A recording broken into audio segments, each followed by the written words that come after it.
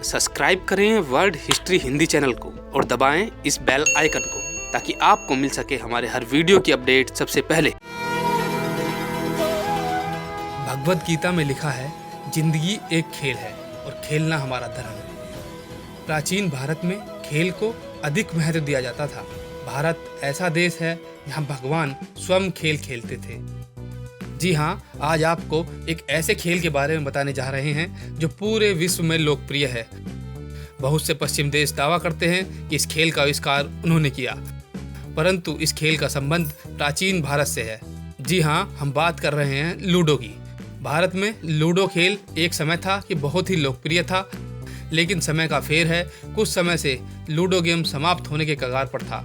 लेकिन अब ludo game फिर से लोगों को लुभा रहा है, क्योंकि आज लूडो गेम ने स्मार्टफोन पर अपनी जगह बना ली है और बसों में, ट्रेन में, ऑफिसों में लोग समय निकालकर लूडो का आनंद लेते नजर आ जाते हैं। और लॉकडाउन के दौरान तो लूडो सबसे ज़्यादा खेले जाने वाला गेम बन गया है। लोग अपने दोस्तों के साथ ऑनलाइन लूडो कंपटीशन में हिस्सा ले रहे हैं। यही नहीं, बॉलीवुड से लेकर खेल जगत के सितारे भी इन दिनों लूडो के दीवाने हैं। आइए जानते हैं बोर्ड पर खेले जाने वाले प्रमुख खेल लूडो के इतिहास से जुड़ी कुछ रोचक जानकारियों के बारे में।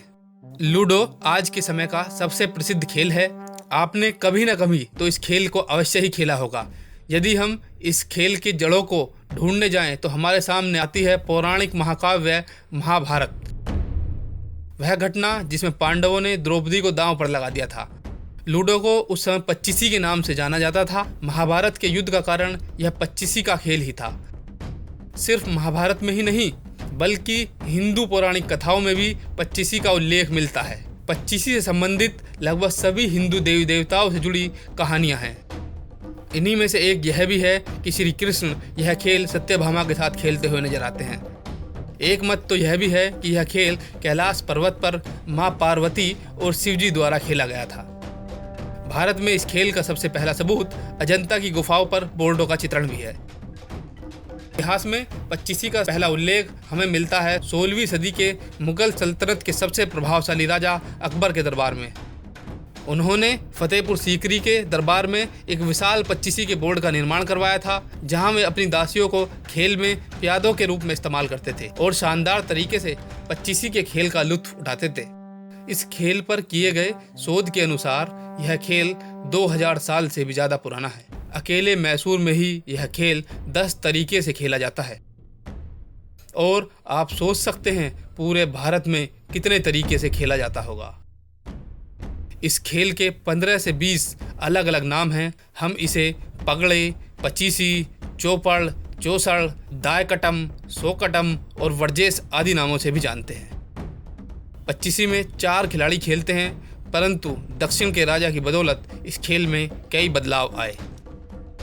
19वीं सदी में मैसूर के राजा कृष्ण राज वोडियार तृतीय की 4 पत्नियां थीं और 22 से भी ज़्यादा दासियां थीं और वे अपनी सभी पत्नियों के साथ पच्चीसी का खेल खेलना चाहते थे।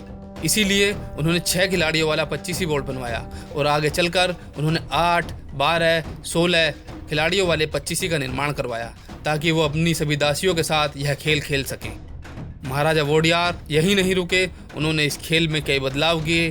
पच्चीसी के बोर्ड पर उन्होंने नैतिकता जोड़कर इस खेल का रूप ही बदल दिया। उसमें अलग अलग पायदान पर कर्मों के अनुसार मनुष्य के अगले जन्म की कल्पना की गई है। महाराजा वोडियार ने इस खेल को धर्म और चरित्र से भी जोड़ दिया और वर्तमान समय में लूडो हर व्यक्ति के मोबाइल में मौजूद है और हर व्यक्ति दूर रहकर भी इस खेल का आनंद उठा रहा है।